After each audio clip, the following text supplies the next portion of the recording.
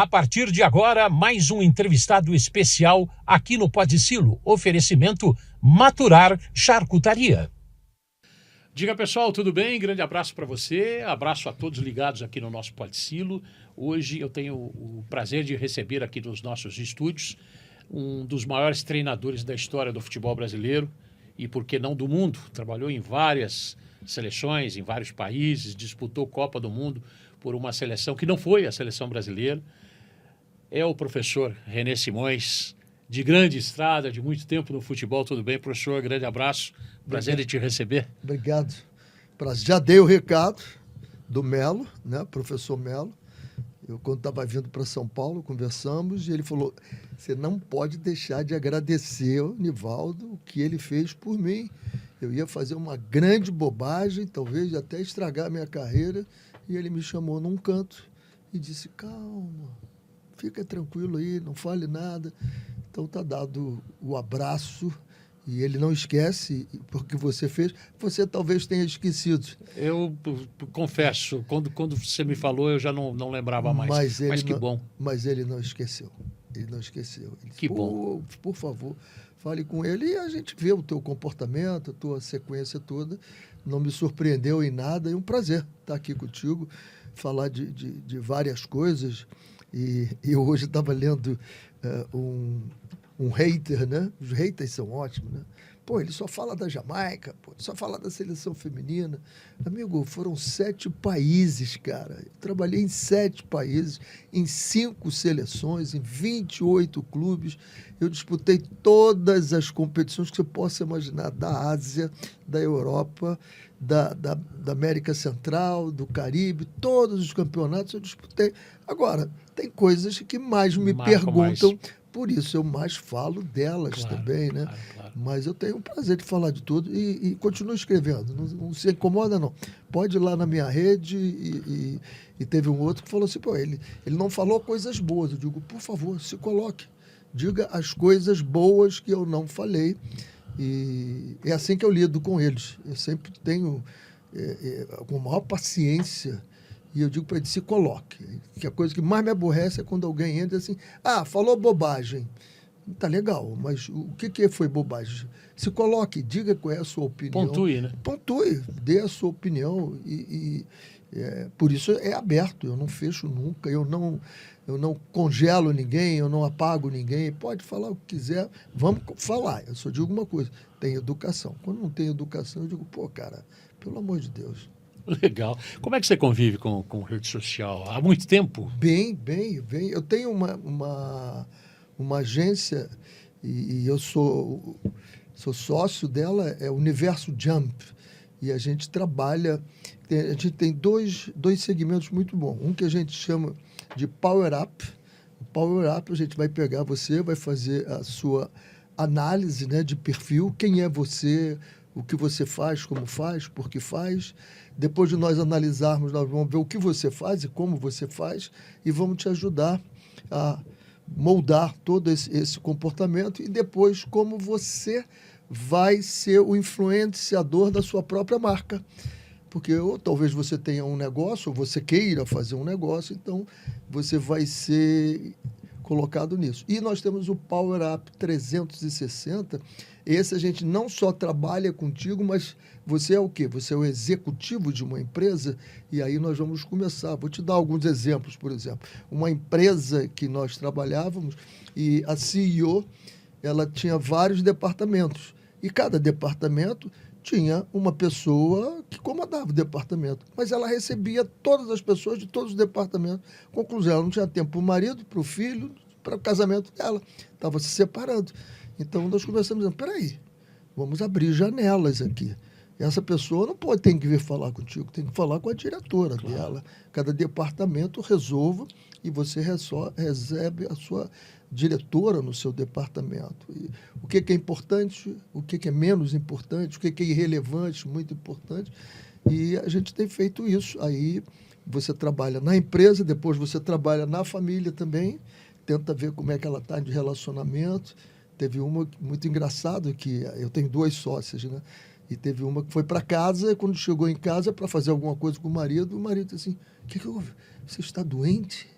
Ela disse, não, você não queria sair? Ele disse, queria. Mas já chegou? Eu digo, já chegou, cheguei mais cedo.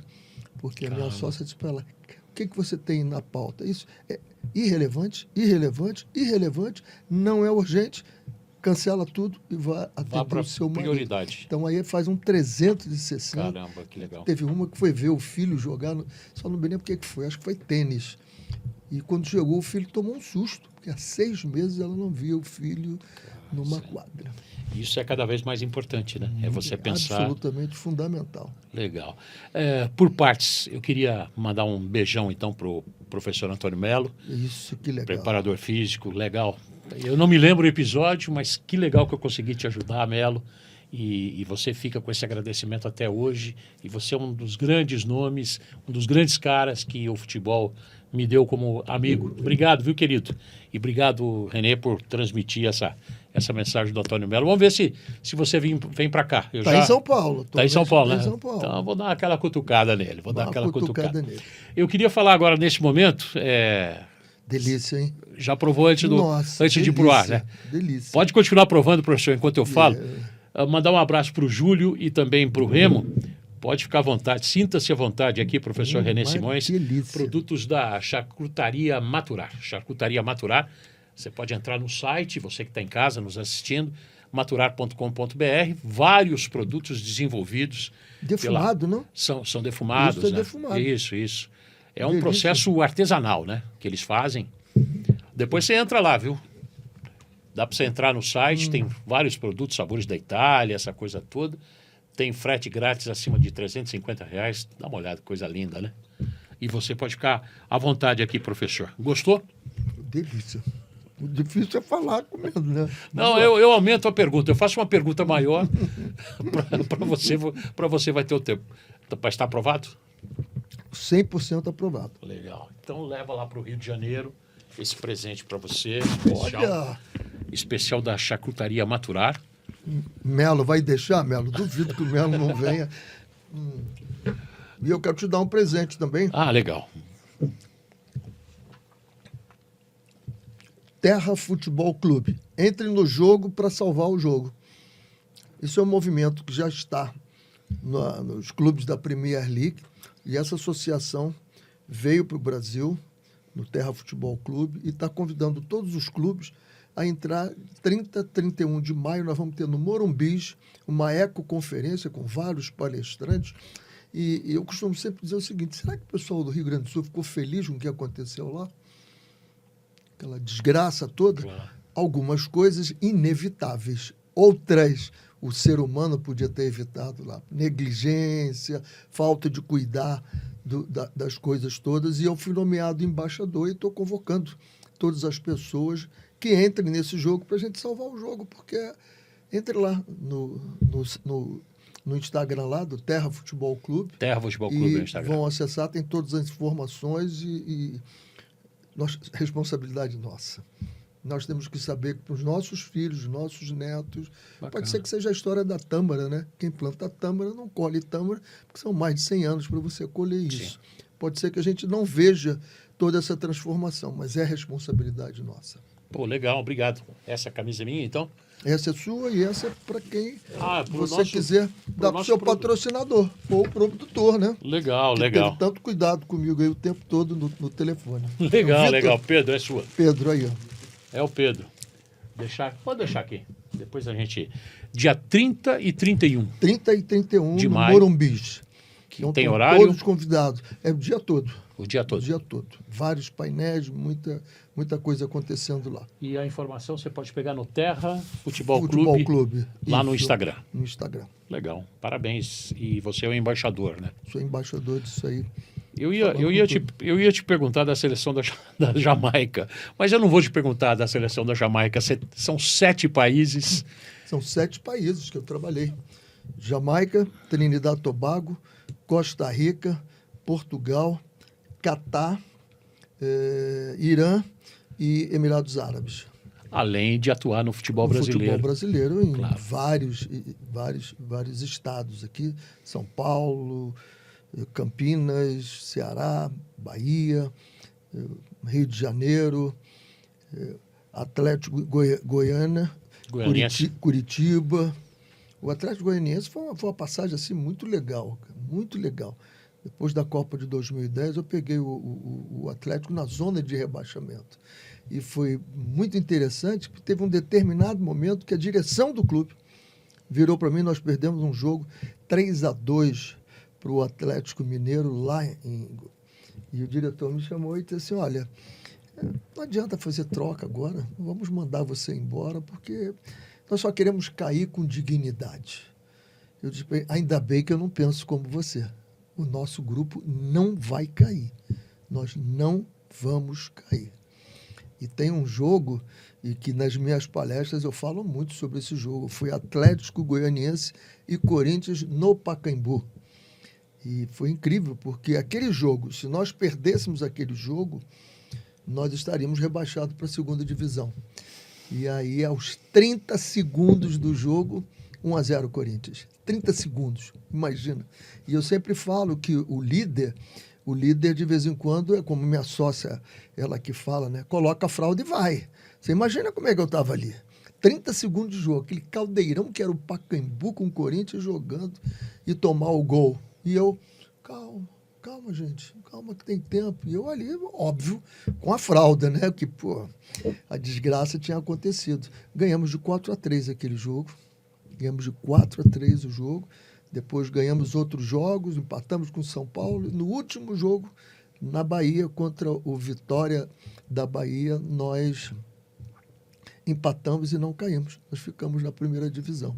Então, eu sempre falo, quando eu falo sobre liderança para algumas empresas, eu digo, olha, o líder corre riscos e ele tem que dizer para o liderado dele, está comigo, deixa que eu resolvo. Porque se você não tiver essa coragem de fazer isso, está morto, completamente morto. E de onde vem essa liderança e essa calma, René? Não, isso não é a calma, isso é um exercício, né? Exercício da calma. Você tem que fazer um exercício. Você tem que ter convicção daquilo que você faz e ter que exercício de que pode acontecer, pode não acontecer. Agora, o importante é o seguinte, que lição você tira disso? Que lição você tira disso? Você não vai ganhar sempre, mas também você não vai perder sempre. Agora, tem jogos, por eu ter trabalhado na seleção brasileira, eu percebia isso quando eu jogava aqui na América do Sul. Uma sub-20, sub-23, sub-17. Você perfilava assim do lado de um time, o outro time ele não conseguia olhar para o lado, ele só olhava para frente com medo de olhar para o lado para ver a camisa amarela. Como era respeitada essa camisa. Dói tanto ver isso agora, que sul-americanos não estão respeitando essa amarelinha, né? E eles respeitavam tanto. Então, você não pode perder um jogo antes, o líder não pode perder antes de competir. Então, o líder tem que competir e ele tem que passar isso para o liderado dele. O que acontece com a seleção brasileira? Quando você fala que já não se tem medo, respeito com a camisa amarela? Tem muitas coisas que aconteceram. Primeiro, a gente tem que pegar o futebol brasileiro, né? O que aconteceu com o futebol brasileiro durante muito tempo, e eu me incluo isso, tempos atrás, a gente treinava muito os pés e o corpo dos nossos jogadores, e jogávamos muito, ganhávamos, fomos pentacampeões do mundo.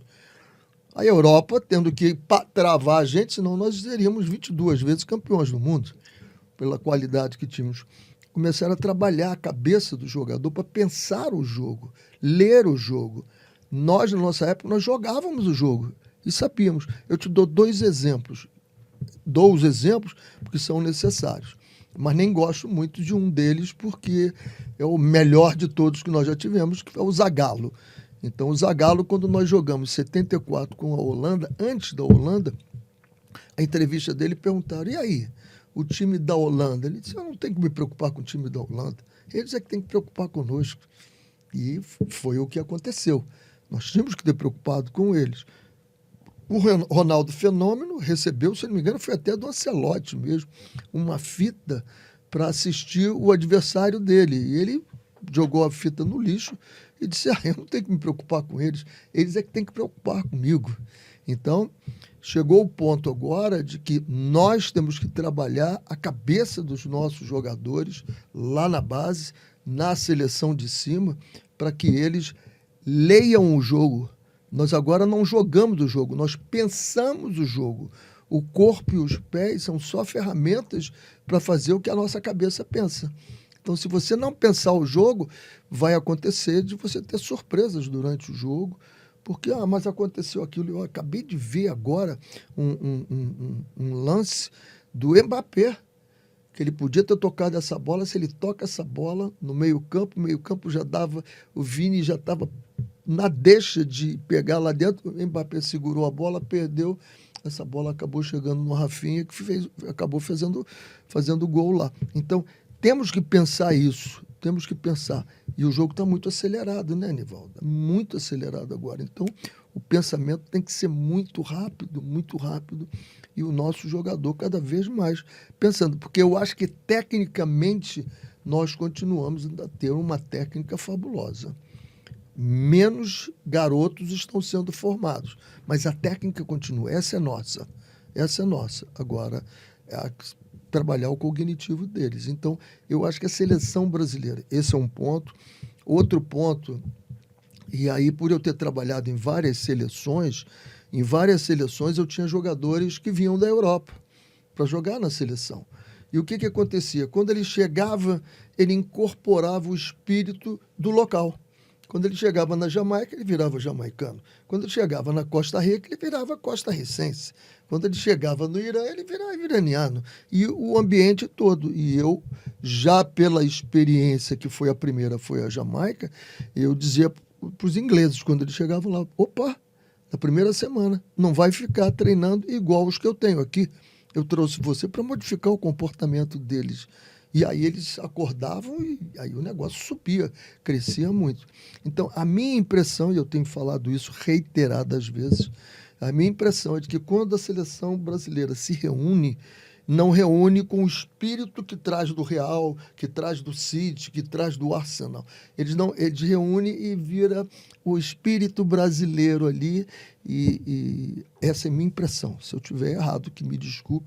Cheguei a falar isso com treinadores brasileiros, digo, olha, observem na chegada como é que o grupo se comporta, porque é impossível que o Vini, que o Rafinha, que o Martinelli, que eles não produzam na seleção, que eles produzem no clube. Estão jogando muito nos clubes deles e não jogam na seleção, alguma coisa está errada. Então, se você identifica um problema, tem que ver qual é a correção. Pode passar por isso, de chamar todos eles e dizer assim, olha, vamos fazer o seguinte, vamos fazer aqui um grupo pegado, como vocês pegam lá fora, vamos fazer isso? Pode ser isso. O Dorival chegou a falar isso, falar, eu vou respeitar o que eles fazem nos clubes, mas a coisa não funcionou com o Dorival. Não sei por que razão. Carlo Ancelotti pode ser o cara? É indiscutível a qualidade desse treinador, né? Claro. Ninguém é maluco dizer que não é um bom treinador, é um excepcional treinador. Característica que eu vejo nele, adaptabilidade à cultura do país que ele vai. Aonde ele vai, ele se adapta e ele acaba sendo campeão, aonde foi. Capacidade de enfrentar desafios, né?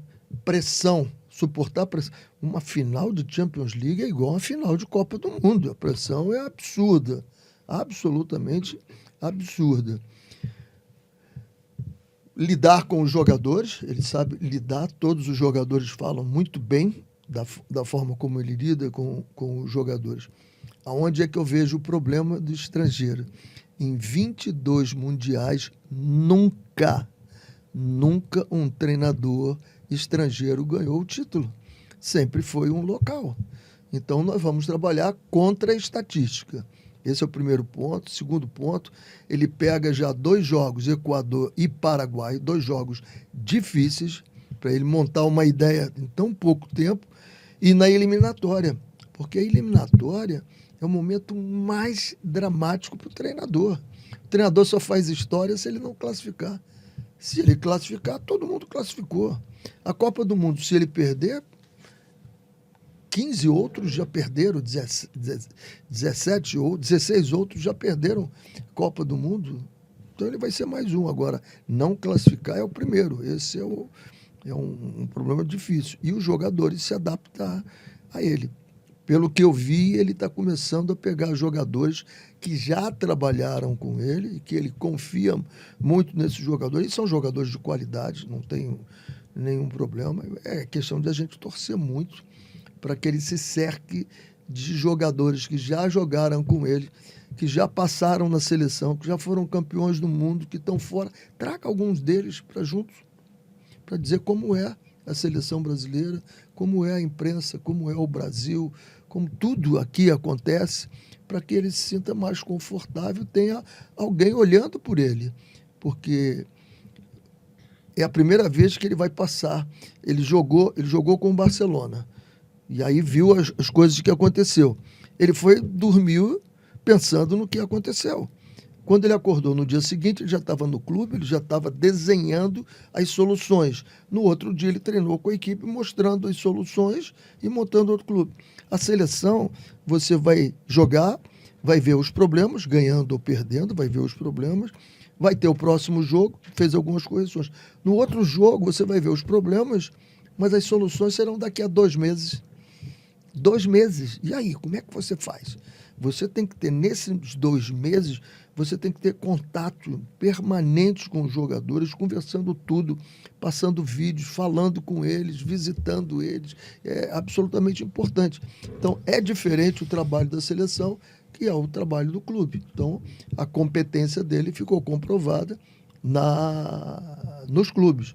Vamos ver na seleção. Vamos torcer por ele, porque para nós, treinadores, nós queremos que o Brasil seja campeão, porque todas as vezes que eu saí do Brasil, o Brasil 82, quando jogou muito bem, só não foi campeão, mas jogou muito bem. Depois eu saí em 94, saí em 2002, todos os convites, todo mundo quer o time campeão, todo mundo quer o treinador do time campeão. Dessa vez, quando o Brasil for campeão, ele vai ser campeão com técnico que é italiano, não é brasileiro, eles vão querer italiano, mas é o Brasil mesmo. Esse mercado, para os treinadores brasileiros, a gente viu que abriu-se muito, além do número de jogadores estrangeiros, 9 estrangeiros por clube. Primeiro isso, se puder falar sobre isso. E segundo, o treinador brasileiro está perdendo espaço no próprio país, né? Imagina o seguinte, você tem uma fábrica de carros, e aí na frente da tua fábrica você tem uma vitrine, e os carros que você fabrica você expõe na vitrine. Então você tem 11 lugares para expor 11 veículos que você fabrica lá no fundo da sua fábrica. Mas de repente alguém vira para você e diz assim, olha, agora você só vai expor 2 jogadores. 9 outros carros serão estrangeiros. Sabe o que vai acontecer lá na tua fábrica? Engenheiro de produção, mecânico, lustrador, engraxado, todo vai perder emprego. Vai perder emprego. Por quê? Essa garotada toda que está chegando aí não está tendo espaço. Não tem espaço. E outra coisa, se você pegar a relação, vou pegar para você daqui a pouco, e vou te dar por clube a idade dos jogadores decisivos de cada clube. 29 para cima. 29 para cima. Então, pouquíssimos são os que estão para baixo. Para baixo, Palmeiras, Cruzeiro e qual é o outro clube que de 30 para baixo. Então, nós estamos mantendo os jogadores numa idade mais elevada, de 30 para cima, chegando a jogador de 44, se não me engano, que é o Fábio, né? 44. E o que acontece? Aqui embaixo, você não está conseguindo colocar esses jogadores. Esse é um ponto negativo. Para os treinadores, volto a falar naquilo que eu disse, a gente treinava muito os pés e o corpo e o cognitivo. E aí vem o europeu com essa ideia e fizeram bem. O Jorge Jesus, quando veio para cá, eu fui o primeiro a falar, olha, Flamengo, se trouxer o Jorge Jesus, vai ajudar o Flamengo e vai ajudar o futebol brasileiro para aumentar a intensidade. Porque ele o tempo todo é a intensidade, nós precisamos disso. E a nossa intensidade agora, a gente percebeu que tinha que melhorar. E aonde é que a gente tinha que melhorar? No Gandula, acabou o Gandula. No goleiro, acabou o goleiro. Nós temos que acabar numa malandragem que está sendo feita agora. O goleiro cai e o treinador chama todo mundo para dar instruções, que ele precisa ali, nós precisamos corrigir isso. Essa intensidade foi dada pelos técnicos que vieram. Agora, a questão do treinamento, não vejo nada de absolutamente diferente do que nós fazíamos.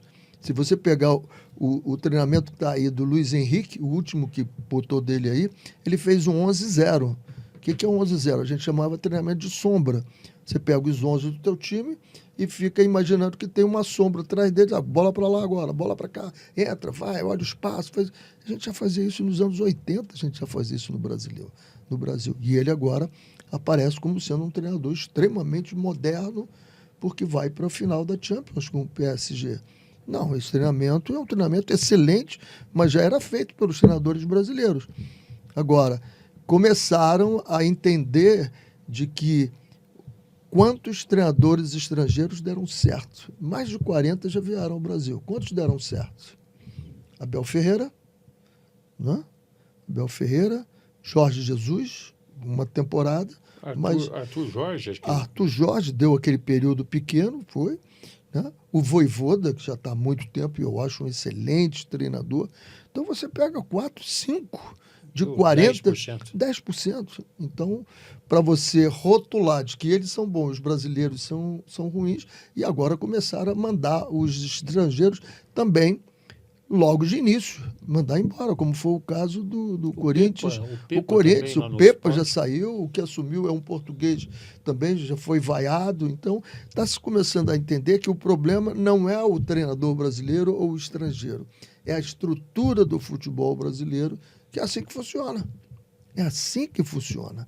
Eu vi um negócio com o Flamengo do Felipe Luiz agora, fizeram uma pergunta para ele sobre a turbulência.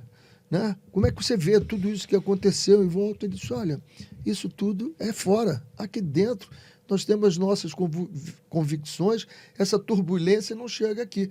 Aí quando passa para fazer a análise de tudo, o cara diz assim, estou entendendo o Felipe Luiz, por que ele está falando em turbulência? Ué, ele está falando porque perguntaram para ele. Não, o Felipe Luiz não pode. Jogaram tudo na conta do Felipe Luiz e eu acompanho tudo, porque a gente conversa quase que diariamente, eu e o Felipe Luiz, e é assim que funciona. Jogaram na conta dele, turbulência. Não, perguntaram para ele, ele só estava respondendo dizendo que para ele não tinha turbulência nenhuma, e que ele sabe que o Flamengo é assim.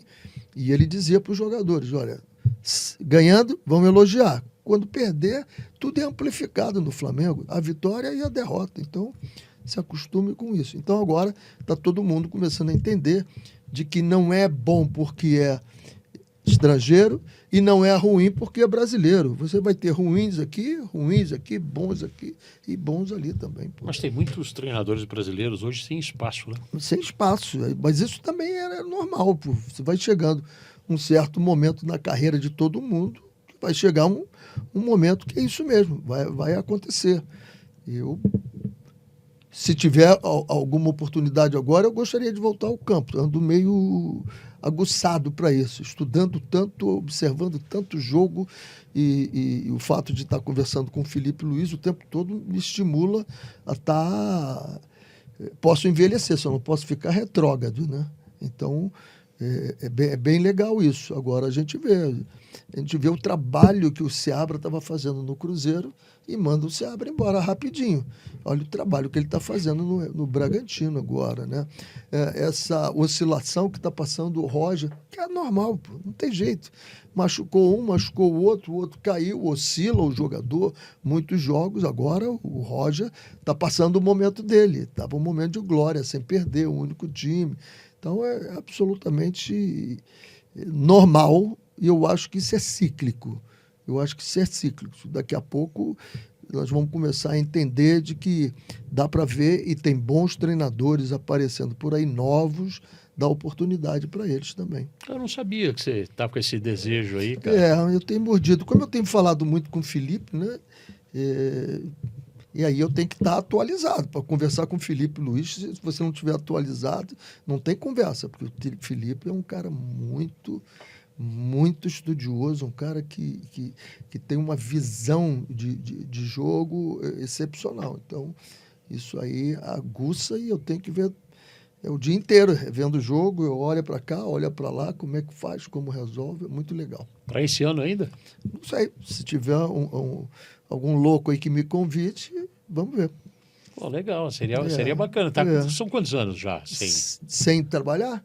Eu trabalhei há 2 anos, uma SAF de uma empresa que fez lá no Rio, e é isso. Agora, clubes de ponta mesmo, o Botafogo foi 2015, né? O Botafogo.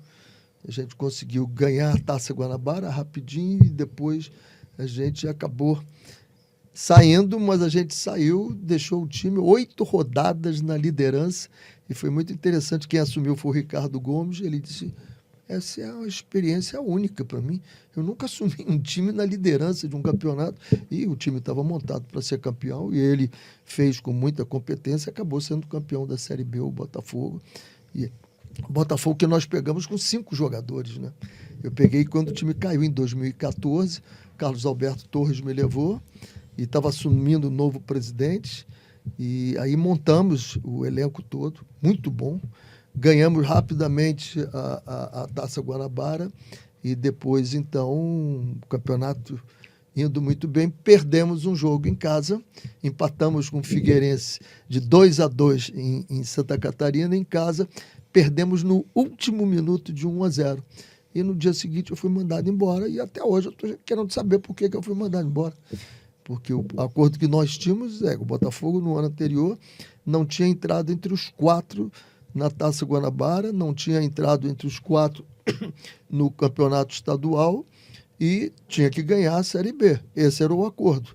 Eu fui campeão da Taça Guanabara, fui vice-campeão carioca, estava em primeiro lugar e saímos na Copa, porque se você pegar, depois que os times da Libertadores começaram a entrar na Copa do Brasil, não ganhou mais nenhum time que não tenha sido. Todos que ganham são times que estão na Libertadores, porque são os elencos mais fortes, entram já com embalo de competição, não tem jeito, vai ganhando.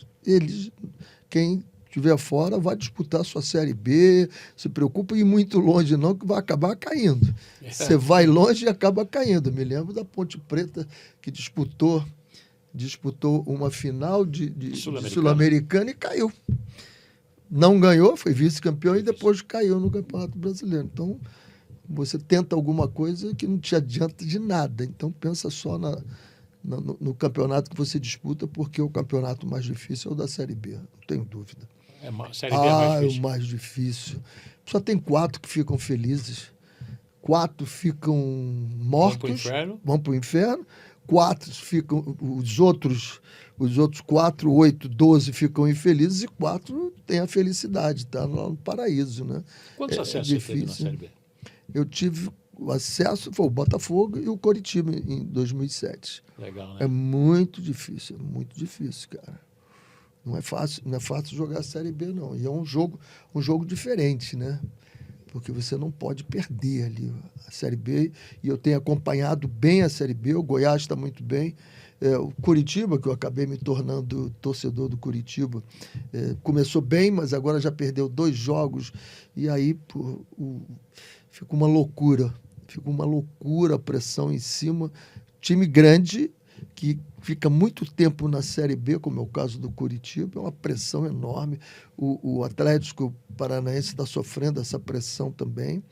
Então, é a competição que tem que ter experiência. O Wagner Mancini está levando muito bem o Goiás até agora. O Remo está surpreendendo. Está bem. Está surpreendendo o Remo.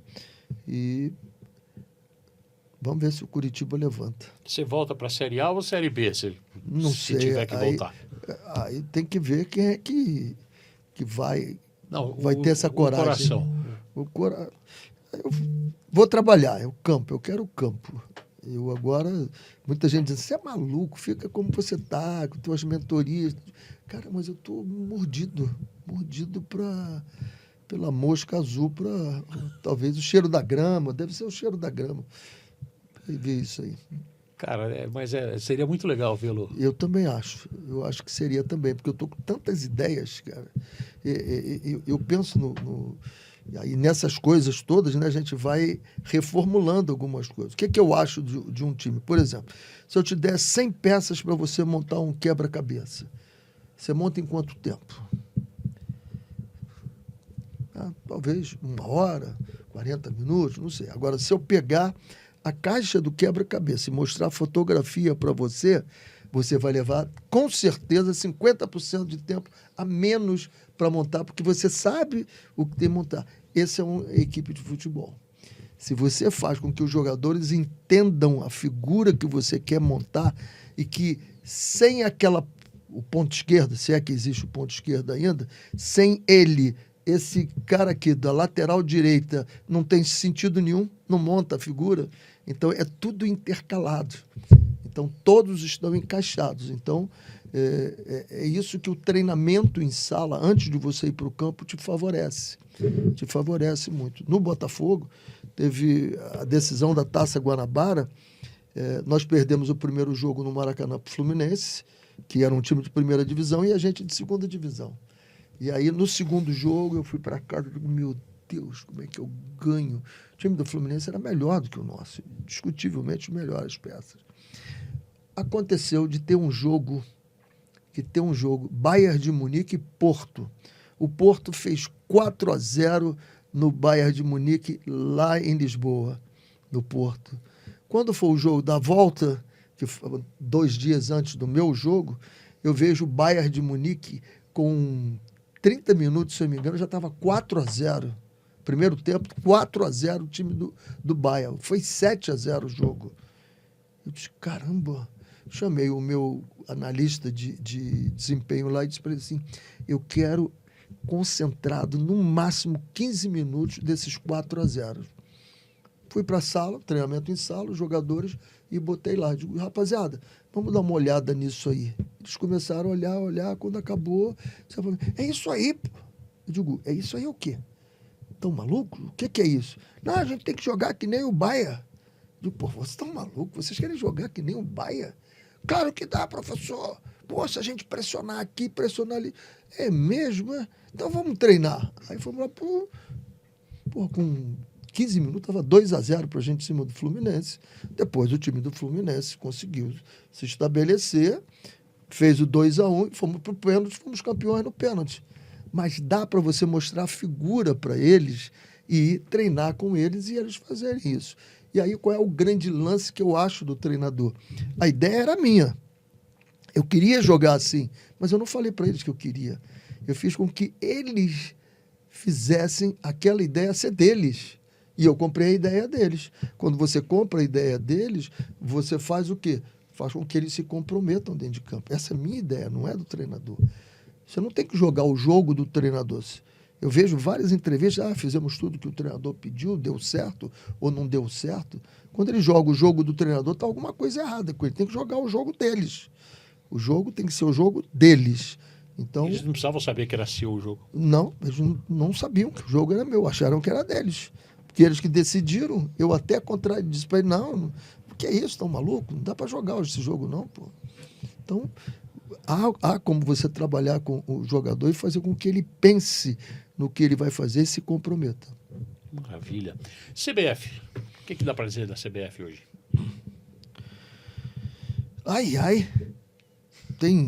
Habemos presidente, habemos papa, habemos treinador, não sei se habemos presidente. Vamos saber o que é que vão resolver aí, tá para ser resolvido. É muita confusão. É muita confusão, cara. Isso já vem... É o 5º presidente, né? É o 5º presidente. Então, isso é desestruturação, né? E porque o problema não é... E todo mundo acha que resolvemos o nosso problema, temos treinador. Não, o nosso problema é o seguinte, daqui a 4 Copas do Mundo, aonde é que nós vamos captar jogadores? Da onde virão os nossos jogadores? Os nossos garotos virão da onde? Com isso aqui, com o celular, né? Com essa falta de comprometimento que a nossa juventude está tendo de se empenhar, de trabalhar, de conquistar, eles agora querem viver a vida. Então, da onde virão esses jogadores? Então, Nós temos um continente, o Brasil é um continente. Se você pegar os Estados Unidos classifica para todas as Copas do Mundo, sub-17, sub-20. Por quê? Porque eles dividiram o país em 4 regiões, para todos os esportes. Então, em 4 regiões, eles têm 4 centros olímpicos. E ali tem 4 seleções, né? Núcleos de seleção. Aí treina a seleção 15, 17, a 20, 23, tem 4. Eu quero formar a seleção sub-20. Desses 4 centros, eu vou pegar todos eles e vou tirar um time. Eu tenho pelo menos 80, 100 jogadores o tempo todo trabalhando. Eu estou formando os meus treinadores, eu estou formando meus médicos, meus massagistas, todo mundo. Então, isso é que eu gostaria de ver da CBF.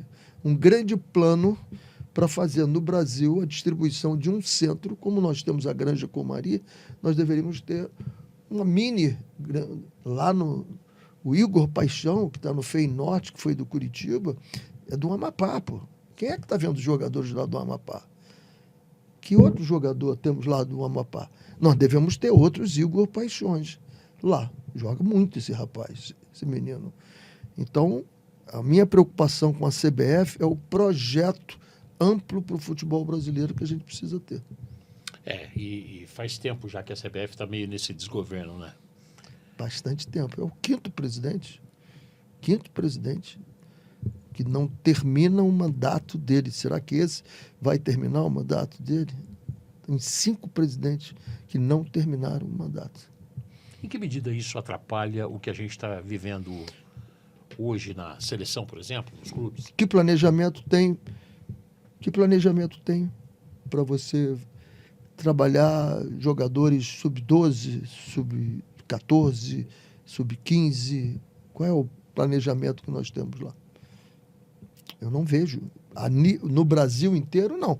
Eu vejo as seleções que jogam, vão lá, e o branco é que comanda tudo, vai lá e ganha. Como ganhou, perdeu o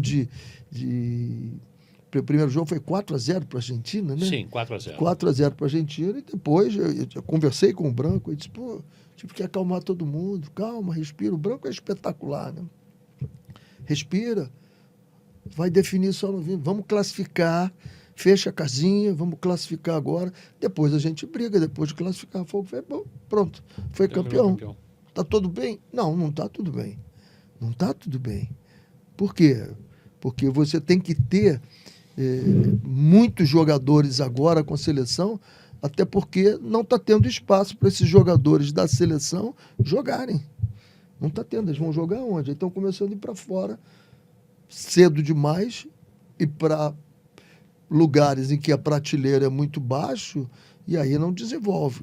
Os grandes, os que explodem, os talentos mesmo, vão para Real Madrid, vão para o Arsenal, vão para o Chelsea, tudo bem, como o caso do Estevão agora, que vai para o Chelsea, vai para uma prateleira alta, provavelmente vai evoluir mais ainda, porque é um talento, né? É um talento. Você vê esse Pulga do Bahia, que jogador, rapaz? Eric Pulga, que jogador é esse? E não tem outros? Claro que tem outros. É só você colocar o time em campo de observação que tem e dar espaço para eles jogarem.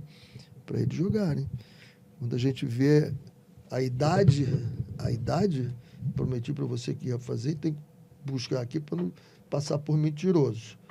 Não, que você falou da idade muito alta, né? Média, né? A idade média muito alta, né? Eu tenho o meu Marcelo Monte aqui, que ele faz tudo para mim aqui. Marcelo. Quando você procura aí, se eu não for te atrapalhar, o que dá para dizer desse Estevão aí que está indo para o Chelsea? Fora de série ele. Esse é jogador de seleção mesmo. Tá aqui, ó. Idade: Santos 33,5, Botafogo 25,5, Inter 34,5, Bragantino 33, não sabia, Atlético 34, Fluminense a média mais alta, 35,7, Flamengo 32, Palmeiras só abaixo, Cruzeiro e Corinthians. Corinthians 28, Cruzeiro 26 e o Palmeiras a idade média mais baixa, 22. A idade baixa dos jogadores decisivos. Jogadores do meio para frente. Ah, tem essa.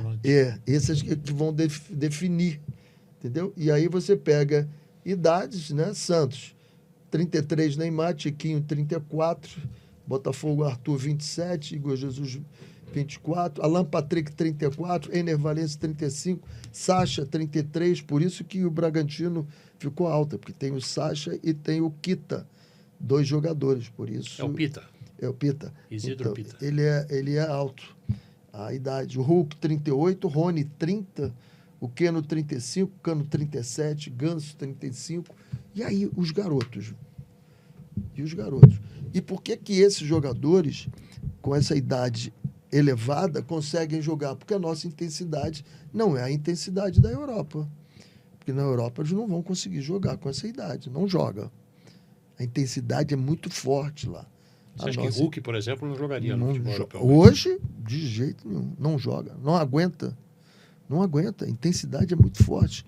E isso aí é problema cardiovascular, porque você vai trabalhar o tempo todo lá em cima. Aqui trabalha, daqui a pouco a gente diminui o ritmo, cai. Aí tinha bola, tinha um gandula, tem um goleiro. O único lugar do mundo que o goleiro sofre cãibra é no Brasil. Não tem outro lugar no mundo. Sofre cãibra, pô. Parado. Sofre cãibra, cara. É inadmissível, Nivaldo. Isso é uma loucura. É esse jeitinho. É um jeitinho, malandragem bom. Malandragem bom. Então, a gente tem que corrigir isso. Você trabalhou em outros países. A malandragem é coisa nossa só? Mais aqui. Aqui é mais. Bem mais. Tem outros também. Não vou dizer que não tem. Mas aqui é muito mais. Você vê um jogo de Europa, você não vai ver o médico entrando para atender. O goleiro, a não ser que seja para tirar ele, pô. Entrar, pô, o tempo todo. Às vezes, 3, 4 vezes o médico entra, o jogo para e fica e anda. Aí não tem jeito. O coração vai lá para baixo, aí tem que começar tudo de novo. É muito ruim. O nosso VAR. O VAR você leva 5, 6 minutos. 5, 6 minutos, pronto, parou todo mundo para baixo. Vamos subir todo mundo. Mas diz que a gente não tem, a CBF não tem dinheiro para contratar aquele VAR de ponta. 2.400 bilhões tem a CBF em caixa. Custa mais do que isso? Acho que não. Mas por que não vem, então? Não sei. É uma pergunta bem interessante, né? Essa é uma pergunta de 2 bilhões e 400 milhões de dólares. Por que não tem o VAR lá da Europa, aquele que faz tudo? É para a gente pensar mesmo, cara. É para a gente pensar. Por quê? Qual é o interesse de não ter isso aí que é tão rápido? Esse jogo parado do jeito que é muito ruim, cara. Muito ruim para a gente. E as decisões também são decisões contestáveis, né? Tá vendo, a gente tá vendo ali, né? A gente tá vendo, não foi isso, ou foi isso. E o árbitro vai lá e peita, vamos embora. Eu acho que tirou muito. Eu sou a favor do VAR, hein? Porque era bem pior. Era bem pior. Você tomava gol. Eu já trabalhei em time pequeno e trabalhei em time grande. Eu já ganhei com 1 metro à frente e já perdi em time pequeno com 1 metro na frente. Tem isso. Então, a gente precisa melhorar a seriedade, né? A credibilidade, porque o que acontece é o seguinte, eu pago o ingresso, eu quero ver quanto tempo de jogo. Eu quero ver a bola rolando, pô. Eu não quero ver briga, eu não quero parar, não quero discussão, não quero cara. Eu paguei meu ingresso. Eu paguei, a questão do PROCON, pô. Devia entrar no PROCON e dizer assim, olha, eu paguei para 90 minutos, eu só assisti 30 no primeiro tempo e 20 no segundo, 50. Tem 40 minutos de desconto aqui. Tem que me dar de volta. Questão do PROCON, isso. Sério, estou falando sério. Em benefício do futebol brasileiro, nós temos que resolver isso e botar o nosso jogo com mais intensidade. A gente teve uma época em que a gente tinha uma representatividade maior na FIFA em termos de arbitragem, por exemplo. Hoje nós somos prejudicados? Os clubes, a seleção? Eu não sei se são prejudicados agora. Não tenho visto isso de ser prejudicados, não. Mas nós não temos nenhuma força na FIFA, nem na Conmebol. Absolutamente. Na época do Ricardo Teixeira, ele era o segundo na arbitragem mundial, na FIFA. Então, isso pesa. Isso pesa. Como pesa? Na hora dos árbitros, isso pesa. O cara, na hora que dividiu, não é contra você, não. Não é contra você, não.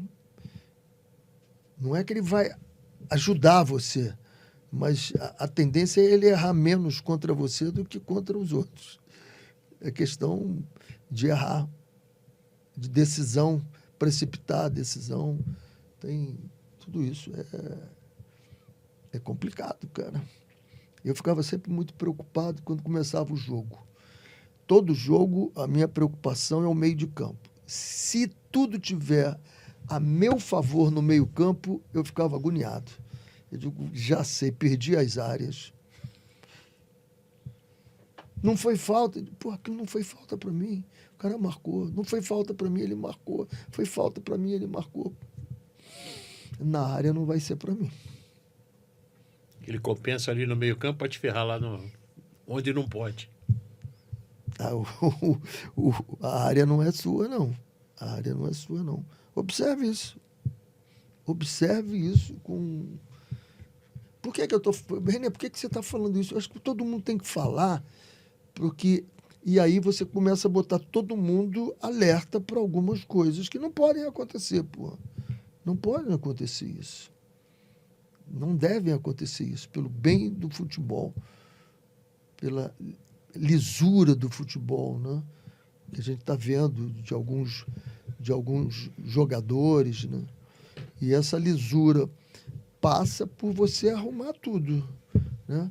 Será que é justo um clube cair com salário em dia e o outro que deve a todo mundo não cair? Não é justo isso. Não tem justiça nisso. A arbitragem do Brasil, como é que você qualifica hoje? Como é que funciona? Não vejo pior do que outras, não. Agora, o que é preciso é que a gente comece a deixar os caras trabalharem. Eu sempre deixei o árbitro trabalhar. Pode perguntar, todos os árbitros, todos os bandeirinhas. Você sabe que o time da casa sempre fica com bandeirinha, né? Fica a bandeirinha bem na frente. Para ficar buzinando no ouvido dele. O banco já é do time da casa e ali em frente do bandeira. Casa é do bandeira, para ficar com bandeira. É buzinar no ouvido do bandeira. Eu acho isso absolutamente escandaloso. Isso. Reclamar com o quarto árbitro. E eu digo para você que eu sempre achei isso. E eu tenho uma punição que eu levei, que até hoje me corta o coração e diz assim, bem feito. Bem feito.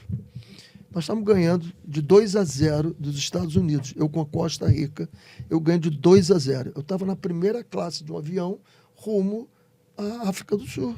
Estava classificado, ganhando 2-0 dos Estados Unidos com a Costa Rica. E o árbitro era um mexicano. Quando acabou o jogo, ele não deu uma falta escandalosa a meu favor, né?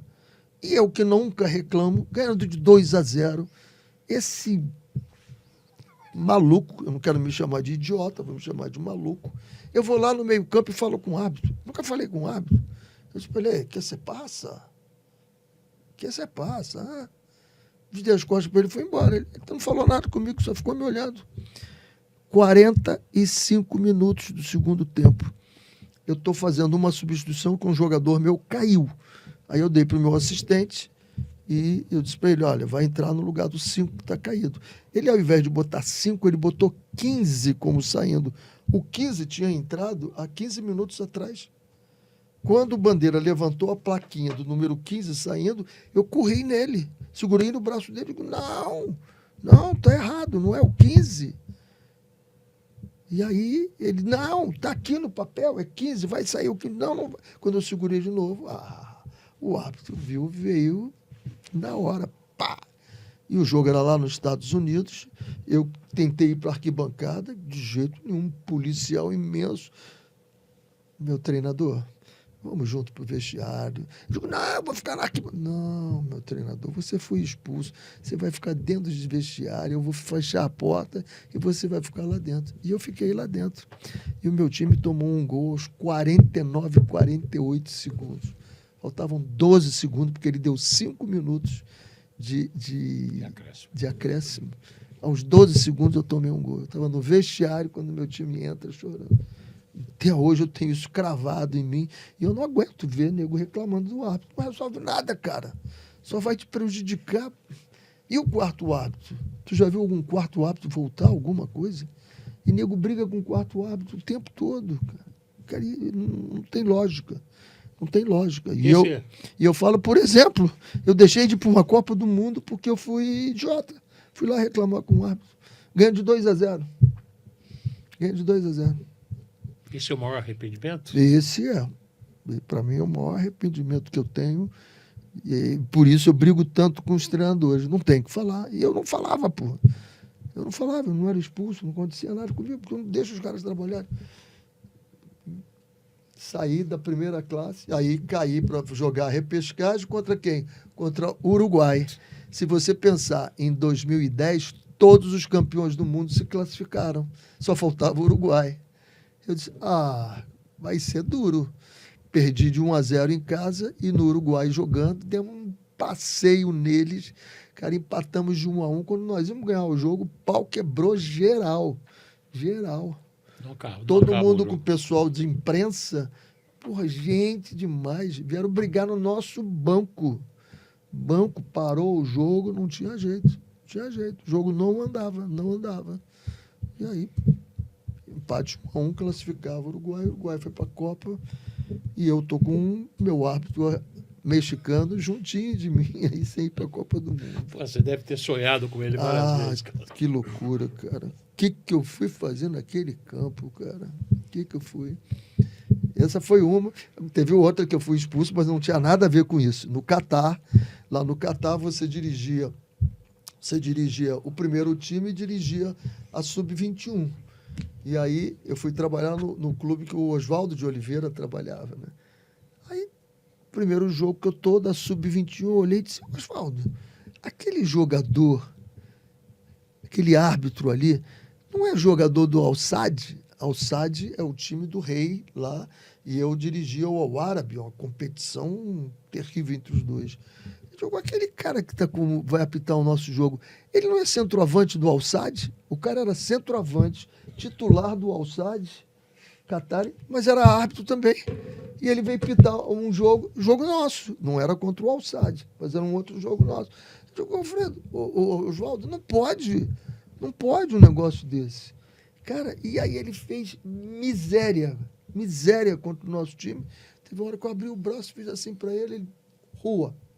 Botou, eu nem falei, rua. Saí, fui embora, ganhamos o jogo. Nosso time era muito melhor, ganhamos o jogo.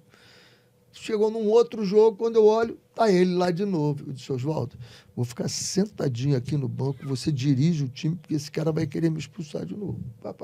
Daqui a pouco o meu goleiro se machuca. O goleiro se machucou, machucou mesmo, tinha que entrar o outro. Eu levantei correndo e comecei a rolar a bola pro cara do lado, né? Rolando a bola. O Oswaldo dirigindo o time, conversando, e eu rolando a bola aqui. Ele veio correndo lá e... Ele falou, mas por que eu estou expulso? Saiu do banco, não tinha que sair do banco. Me expulsou. As duas vezes. O mesmo cara. Aí, num outro jogo, quando eu olhei que era ele, eu fiquei na arquibancada. Eu não fui pro banco. Eu digo, não vou não. Para ser expulso de novo. Acabamos sendo campeões, porque o nosso time era muito bom.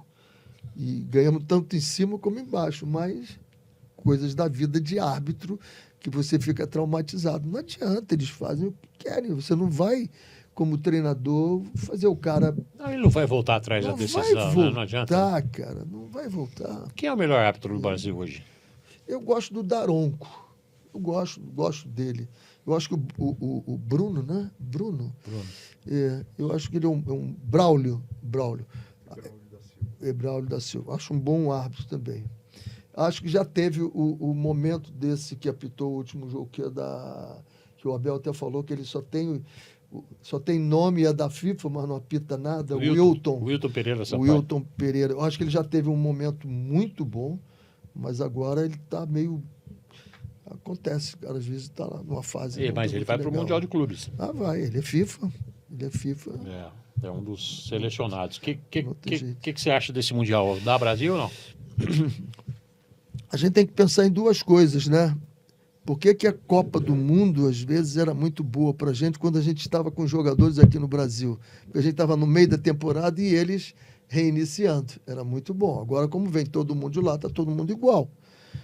Eles vão estar, por exemplo, o Real Madrid. Que time o Xabi Alonso vai colocar? Qual é o time que o Xabi Alonso vai colocar? Você não sabe. Eles vão ter as férias. Eles vão ter que dar uma parada. Ou vão fazer as férias depois do Mundial. E aí, a liga deles, como é que fica? A liga deles é mais importante, o Champions League é mais importante do que esse Mundial. Então, eu acho que nesse ponto aí, os clubes brasileiros talvez tenham uma chance. Talvez tenham uma chance. Porque a gente vai estar cuspindo lá em cima e eles ou voltando de férias ou querendo entrar em férias depois. Então, acho que dá para pensar. Acho que dá para pensar no Flamengo, dá para pensar no Palmeiras e ver o que o Botafogo, se vai engrenar mesmo agora, como tem tendência para engrenar. Não vejo o Fluminense fazendo alguma coisa lá, não vejo. Mas Flamengo, Palmeiras e talvez o Botafogo, eu acho que eles podem fazer uma graça lá. Podem fazer uma graça nesse Tomara, Mundial. É bom para o futebol brasileiro. O futebol brasileiro estão precisando, pô. Estão precisando. Professor, Neymar. Neymar é um assunto que já foi tema lá em 2010. Estamos criando monstro, aquela coisa toda, lá quando você dirigia, acho que o Atlético Goianiense, né? Atlético Goianiense. Contra o Santos. O tempo passou e hoje o Neymar está à véspera da possivelmente sua última Copa do Mundo. O que é que dá para dizer desse momento? Eu não sei se fisicamente ele vai conseguir, porque ele está tendo problemas aí musculares. Parece que agora ele vai ser relacionado para esse jogo da Copa do Brasil. O Ancelotti parece que já conversou com ele, já deu aquele empurrão que ele precisa, disse, vem que eu vou contigo, vou te ajudar. E me foi feita a pergunta, o Dorival falou que ia montar um time baseado no Neymar. Qual é o problema? A Argentina é baseada no Messi. Qual é o problema? Portugal é baseada no Cristiano Ronaldo. Sim. Sempre foi assim. Não tem nenhum problema, desde que ele esteja bem. E desde que ele queira. Eu costumo dizer que o problema é ele tomar a decisão de que ele quer mesmo. Ele quer mesmo. Eu vi ele num podcast com o Romário, e o Romário falou para ele, e aí, vai ser campeão do mundo e vai ser o melhor do mundo? Ele disse, mas também se eu não for, aí não pode. Um cara do nível dele, com o talento que ele tem, não pode dizer se não for. Não, vai ser. Vai ser. Aquilo que a gente estava conversando sobre liderança. Vai ser. Eu vou. Então, ele tem que tomar uma decisão interna e dizer assim, eu vou. Eu vou ser. Porque ele tem, pô. Ele tem capacidade interna. Isso ninguém discute. O talento dele ninguém discute. Nunca teve... O que tem é definição. É definir que eu quero e vou fazer, pô. Eu quero e vou fazer e tomara. Porque tudo que a gente quer é o Brasil campeão do mundo, pô. Vamos partir, Estados Unidos novamente, né? Aí entra aquela, já fomos campeões lá uma vez, não dá para ser outra. Vamos ser campeão lá. E agora o futebol está quente lá. Isso é muito bom. Abre uma porta gigantesca para todo mundo. Daquele Neymar de 2010, você viu mudanças dele? Eu acho que ele amadureceu. Eu acho que o grande erro do Neymar foi sair do Barcelona. Ele estava numa fase esplendorosa. Ele estava sendo um coadjuvante, brigando muito com o Messi para ser o protagonista. Ele talvez até passasse o Messi em algum momento no Barcelona. Mas aí eu acho que faltou paciência para ele e apostar de que eu posso ser mais do que o Messi aqui. E porque ele estava jogando muito. Quando a gente lembra daquele Barcelona e Paris Saint-Germain, que ele fez naquele jogo, foi um negócio de louco, né? Negócio de louco naquele jogo. Então, se ele definir de que ele quer mesmo e comprar isso aí, porque o grande problema é o seguinte, é a disciplina. A disciplina. E todo mundo diz assim, disciplina é você fazer isso. Não, disciplina é você fazer o que você não gosta. Isso é que é disciplina. Fazer o que eu gosto me dá prazer. Acordar 8 horas da manhã todo dia, tá legal, tá tudo ótimo. Eu sou disciplinado, todo dia eu acordo 8 horas da manhã. Cara, ver você acordar 4 horas da manhã todo dia. Você gosta de acordar 4 horas? Não. Então eu quero ver você ter disciplina. Acordar às 8, você gosta. Isso não é disciplina, se você está seguindo uma rotina. A disciplina é mais do que seguir uma rotina. A disciplina é você vencer aquelas coisas internas que tentam puxar você para baixo e dizer assim, não, eu vou com sono, mas vou. Eu vou chateado, mas eu vou. Eu estou com um cansaçozinho aqui, mas eu vou. Isso é disciplina. Você vê então, isso dele? Se ele se decidir nisso aí, porra, o que ele tem de talento é absurdo. Não, claro. É absurdo. Nunca, o pessoal confunde às vezes. Pô, Renê, você não gosta do Neymar? Tá maluco? Pô. Não tenho nada contra Neymar, absolutamente nada. Muito pelo contrário. A cada 7 anos eu faço um giro em algum lugar. Em 2019, como 18 a França tinha sido, nós fomos à França, né? Um grupo que a gente tem aqui. A gente foi à França rodar os clubes lá e fomos ver Lyon e PSG, né? Nossa Senhora, é imparável, imparável. O pessoal diz assim, Renê, eu só vou olhar ele, imparável, imparável. Se ele quiser, eu acho que a gente pode montar uma grande seleção. Gostei muito se o Casemiro vier. Eu acho que precisa disso. Nesse momento, a gente precisa disso. Tem determinados momentos que você precisa... Aí diz assim, por que você tem a certeza? Pelos erros que eu fiz. Por exemplo, na Jamaica, eu voltei na Jamaica em 2009.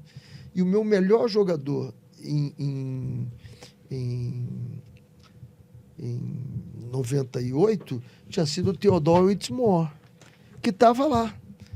Que eu devia ter pego ele e disse assim, vem cá, tu vai liderar esse meu grupo novo aqui. Você vai liderar. E eu botei ele como meu auxiliar técnico. Ele tinha condição de jogar, ele estava jogando ainda. E eu disse, não, vamos botar os garotos em determinada... E agora, para esses jogos pesados que nós vamos ter 2 jogos de muita pressão. Olha a posição que nós estamos em 6º. Nós estamos na beirada ali, né? Nós estamos no... O Brasil está em 5º. Acho que é 6º. Vê se não é 6º. 5º ou 6º. Nós estamos na... A água já chegou no nariz. Mas classifica, porque o 7º, acho que está com 15 pontos. O Brasil está com 21. Faltam 12 pontos em disputa. O Brasil está em 4º? Está em 4º? Tá então em 4º. Tá mas melhor. É critério de desempate, porque o Paraguai está com a mesma pontuação do Brasil. E joga com o Paraguai. Joga primeiro contra o Equador a estreia lá, do Ancelotti. O Paraguai aqui. O Paraguai aqui. O Equador é o vice-líder, atrás da Argentina só. Mas também a diferença é pouca do Brasil, 2 pontos. Está tudo embolado. Mas é briga. E eu gosto dessa possibilidade de ter o Casemiro. E eu tenho a impressão de que o Casemiro nunca perdeu um jogo na seleção. Mas eu estou errado? Ele não estava naquele jogo. Não, eu acho que não. Eu acho que o Casemiro não estava no jogo da Croácia. Eu acho que não. Cara, não vou lembrar, deixa eu ver aqui. Eu acho que estava o Fernandinho. Não, da Croácia não. Fernandinho foi da Bélgica, que ele não parou. Da Croácia estava o Casemiro? Cara, eu acho que sim, vou dar uma puxada aqui. Se tiver... Tava. Alisson, Militão, Thiago Silva, Marquinhos e Danilo. Casemiro, Paquetá, Rafinha, Richarlison, Neymar e Vinícius Júnior. Ele continua sem perder jogo nenhum, porque isso foi prorrogação. Foi prorrogação? Foi prorrogação. Foi prorrogação. Ele continua sem perder. Prorrogação não é o jogo. Ele só não classificou, mas o jogo ele não perdeu. Que é o tempo normal. Não conta o tempo normal. O jogo é o tempo normal. Então você está certo. A prorrogação é só a classificação. Que ele não... Eu acho que ele nunca perdeu um jogo na seleção. E eu gosto muito de estatística. Aposto na estatística, porque um dia vai ser quebrada, mas faz. Eu tenho uma história de estatística muito engraçada. Fluminense e Figueirense, nós fomos jogar, nós estávamos na zona de rebaixamento em 2008, quando eu peguei o Fluminense, nós fomos jogar contra o Figueirense, lá em Santa Catarina, quem dirigia era o saudoso Mário Sérgio. E aí, dia 30 de outubro de 2008, alguém não sei se foi o Thiago Silva, o Fabinho, alguém disse para mim assim, professor, você sabe que o Arouca era o nosso cabeça de área que jogou no São Paulo. Jogou no São Paulo. Você sabia que o Arouca só faz gol em novembro? Eu disse, como assim? Ele só faz gol em novembro, professor. Eu digo, é mesmo, né? Legal, então tá bom. Na pré-eleição, quando chegou na pré-eleição, eu perguntei ao assessor de imprensa, que dia é hoje? Aí o cara pegou lá e disse, dia 30 de outubro. Eu disse, não é não. Aí ele abriu o telefone e disse assim, tá aqui, 30 de outubro. Você está errado. Aí virei, caminhei até o Arouca. Disse, Arouca, hoje é dia 1º de novembro, Arouca. Hoje é 1º de novembro. Que 30 de outubro, rapaz? Pesquisa aí quanto foi Fluminense e Figueirense e quem fez o gol. 1-0 pra gente, gol do Arouca. 1-0, gol do Arouca, cara. Você não viu o Fernando Diniz falando pro John Kennedy, você vai fazer o gol, rapaz. Vai lá que você vai fazer o gol. O cara compra aquilo, se reverte de um negócio sobrenatural, vai lá e faz o gol, pô. Cara, o cara compra, mas de onde parte essa... Alguma coisa, cara. Eu parto de estatística. Eu acho que o número conta muito. E aí você entra dentro do camarada, Você provando entra na para mente ele. do cara. Você entra dentro dele e diz assim, ó, novembro, hoje é novembro, hoje é novembro, vai jogar, vambora. Hoje é novembro, joga, vambora. Vai lá e faz o gol. Vai lá e faz o gol. Não é à toa, ele estava com aquela convicção de vou botar esse cara. Eu não sei o que o cara falou pro Gabigol. Mas olha que enredo. O cara dizia pro Gabigol, vai lá e entra. Qualquer um dizia assim, não vou botar o Gabigol para jogar, pô.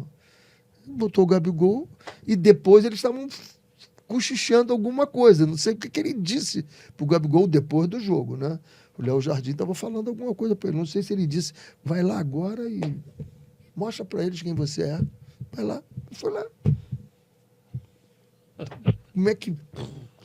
né? Como é que faz que roteiro é aquele? Quem é que escreveria final daquele? O cara perdeu o pênalti. Imagina a dificuldade que ele devia estar para bater o pênalti com um Rossi, né? Porque primeiro o Rossi é pegador de pênalti, depois treinava com ele, pô. E sabe tudo, que, né? Sabe que ele espera até o último momento o goleiro dar uma deixa para ele. O Rossi não deu uma deixa para ele. Aí ele tinha que resolver um canto, pô. Porque normalmente ele bate com tranquilidade. Ele bate olhando, o goleiro, ele do outro lado. O Rossi não mexeu com ele. Agora tem que definir. Quando ele definiu, e aí a bola sobra para ele, ele faz o gol. Que fantástico aquilo.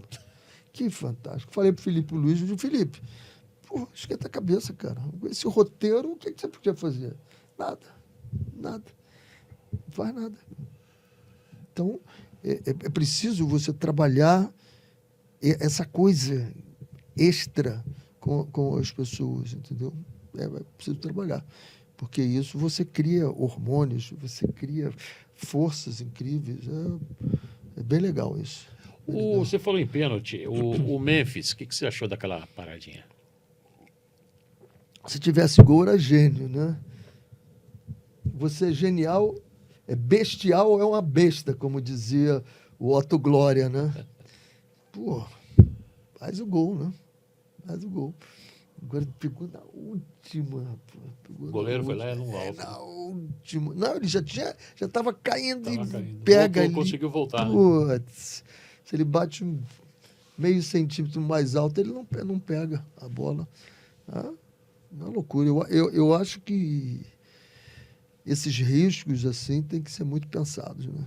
Você leva uma derrota como foi essa, pesou. E ele vem fazendo, primeiro, um belo jogador, primeiro que ele se entrega no jogo, depois as coisas que ele está fazendo para todo mundo ali dentro do Corinthians. Não sei se vocês sabem o que ele fez do aniversário dele, né? Que ele fez um aniversário e aí comprou terno para todo mundo, que ele queria todo mundo de terno. Sim. E pagou tudo para todo mundo. Também 1,5 milhão cada assistência a cada 15 segundos.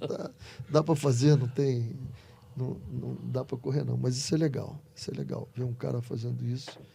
E ele é bom jogador, Ele fez, e ele e o Yuri Alberto agora estão fazer uma parceria muito, muito legal. Tá funcionando. Está funcionando bem a parceria. Tomara que dê certo pro Dorival, né? Dorival normalmente arruma o time com tranquilidade. Essa derrota não estava no esquema, né? Não estava no esquema essa derrota. Não precisava, né? Não precisava essa derrota. Tinha que ganhar o jogo e ganhar bem. O Dorival ter saído da seleção, você acha que foi o quê com ele? Ou era o momento mesmo, tinha que sair? Eu acho que ali que não tava dando para suportar mais, não. Não dava dando, não. Tem momentos que não tem jeito, né? Você sente a temperatura, né, do jogador e tal. O caso do Fernando Diniz. O Fernando Diniz, quando decidiu tirar ele, Diniz precisava de mais tempo. Mas se você pega a entrevista dos jogadores, eu já sabia que não ia dar. Os jogadores, antes de falarem que isso, porque vai exigir tempo para a gente se adaptar, porque é muito diferente do que a gente costuma ver. E o Dorival, aquele jogo para a Argentina, tem jogos que não tem jeito. Não funcionou nada, né? Nada. Coisa, rapaz. Ele pensou numa coisa e eu... E ali podia ter sido até mais, né? Podia. Ainda bem que os caras foram bons. Ficou ali. Né? O número 4, normalmente, é o... É o clássico, né? O placar clássico. A não ser a Alemanha, que não deixou parar, pô. A Alemanha também tirou o pé, né? Tirou o pé, porque se vai mais ali, vai 10, vai 17. Vai 17. Tem jogos assim, tem jogos. O que aconteceu com aquele Brasil aquele dia? Eu acho que faltou uma avaliação mais simples e mais humilde de dizer assim, esse meio-campo da Alemanha, se a gente deixar... Foi o que aconteceu com o Corinthians agora, com o Flamengo. Foi o que aconteceu, pô. Quando você põe lá na frente Romero, Memphis e o Yuri Alberto e o Carrillo mais aberto, aqui estava um espaço que não tinha mais tamanho. Deixaram aí vai embora, aí vou atropelar. O meio-campo é o centro nervoso do jogo. Não tem jeito. O centro nervoso do jogo é o meio-campo. Você tem que ter muito cuidado com ele, muita observação. E depois o centro do jogo é a bola. Então, onde está a bola, eu tenho mais gente para ganhar numericamente, eu ganhar. Essa é uma teoria que o Diniz tenta fazer o tempo todo. Só que eu acho que o Diniz tem que usar o Waze também, né? Eu acho que o Diniz usa os GPS, mas tem que usar o Waze. Quando complica, aí eu tenho que ter a solução. Isso... Acho fantástico o trabalho dele. Provou isso no São Paulo. Foi um trabalho lindo. O Fluminense acabou sendo campeão. Ele, quando trabalhou nos times de baixo aqui, ele fez coisas fantásticas. Mas tem que ter o Waze, que a hora... Né, eu costumo dizer o seguinte, o GPS, eu saía de São Paulo, vou para o Rio. Agora, se tinha um engarrafamento na Dutra, eu ficava parado lá 3, 4, 5 horas, como aconteceu comigo. O Waze não, o Waze vai me mandar, eu vou cortar, vou pegar Taubaté, vou não sei o quê, fazer qualquer coisa, mas vou chegar no Rio. Então, eu acho que esse é o plano B, porque o cara vai tentar interferir na minha rotina. Todo time tem uma rotina.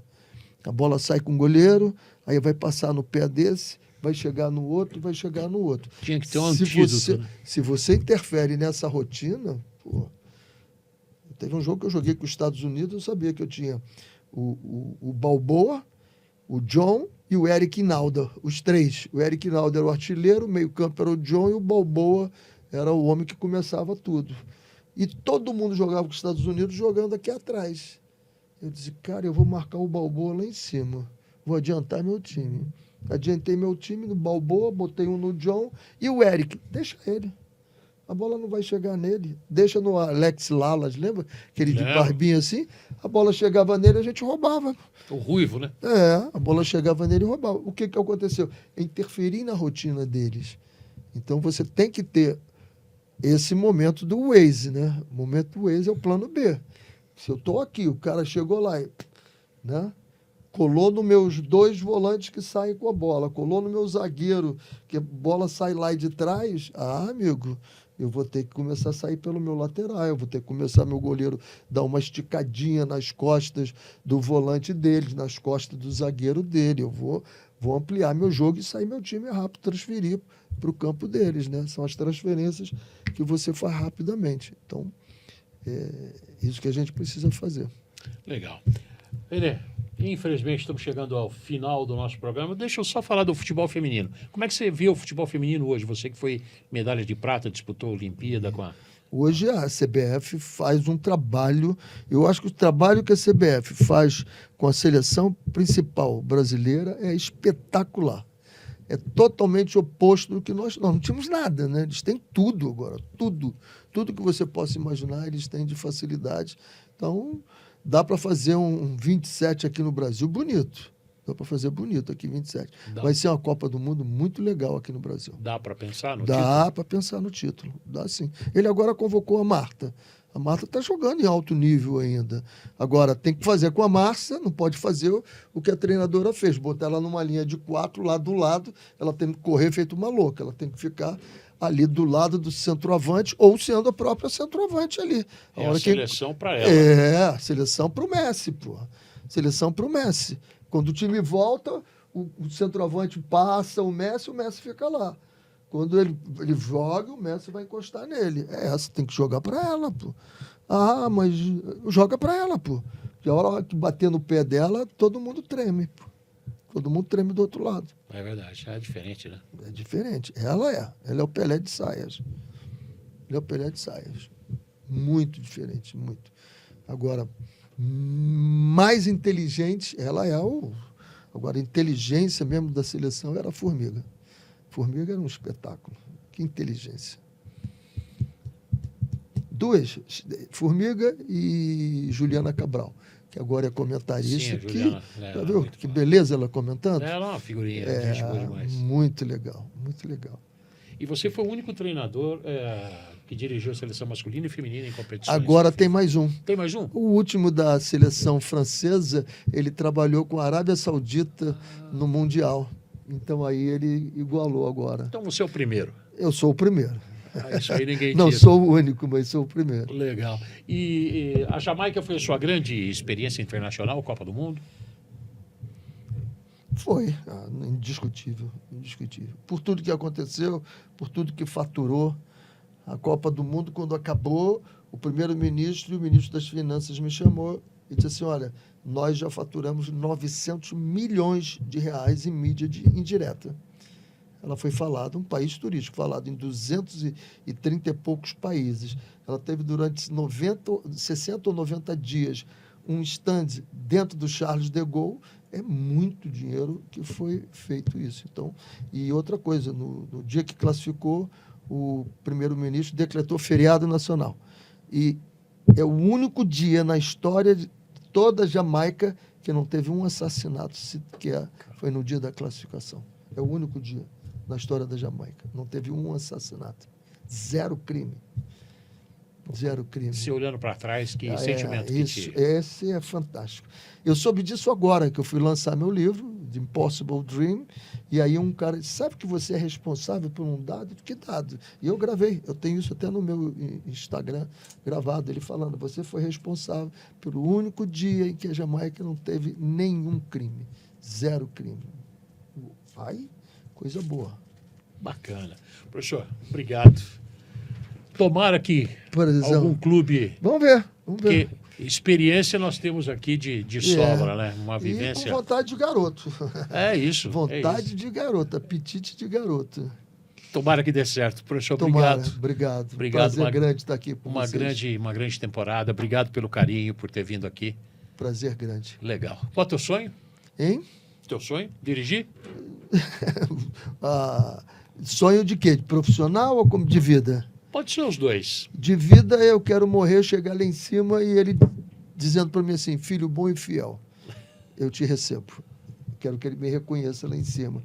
E de profissão, eu queria voltar a trabalhar esse ano dentro do campo, cara. Qualquer lugar. Eu quero voltar a trabalhar. Eu estou com muita disposição para mostrar as coisas novas que eu reciclei, as novas antigas que eu reciclei e as coisas novas que eu já entendi. Então, isso vai ser bem legal. O tempo é bom por isso, né? Muito bom. Como eu te falei, eu posso envelhecer, só não posso ficar retrógrado. Certamente não está. Professor, obrigado pelo carinho. Pessoal, assim a gente encerra o nosso Pode Cilo de hoje, conversando com essa grande figura, o professor René Simões, de tantas histórias que você acompanhou aqui. Até a próxima, pessoal. Obrigado, professor. Essa foi mais uma entrevista especial no Pode Cilo. Oferecimento Maturar Charcutaria.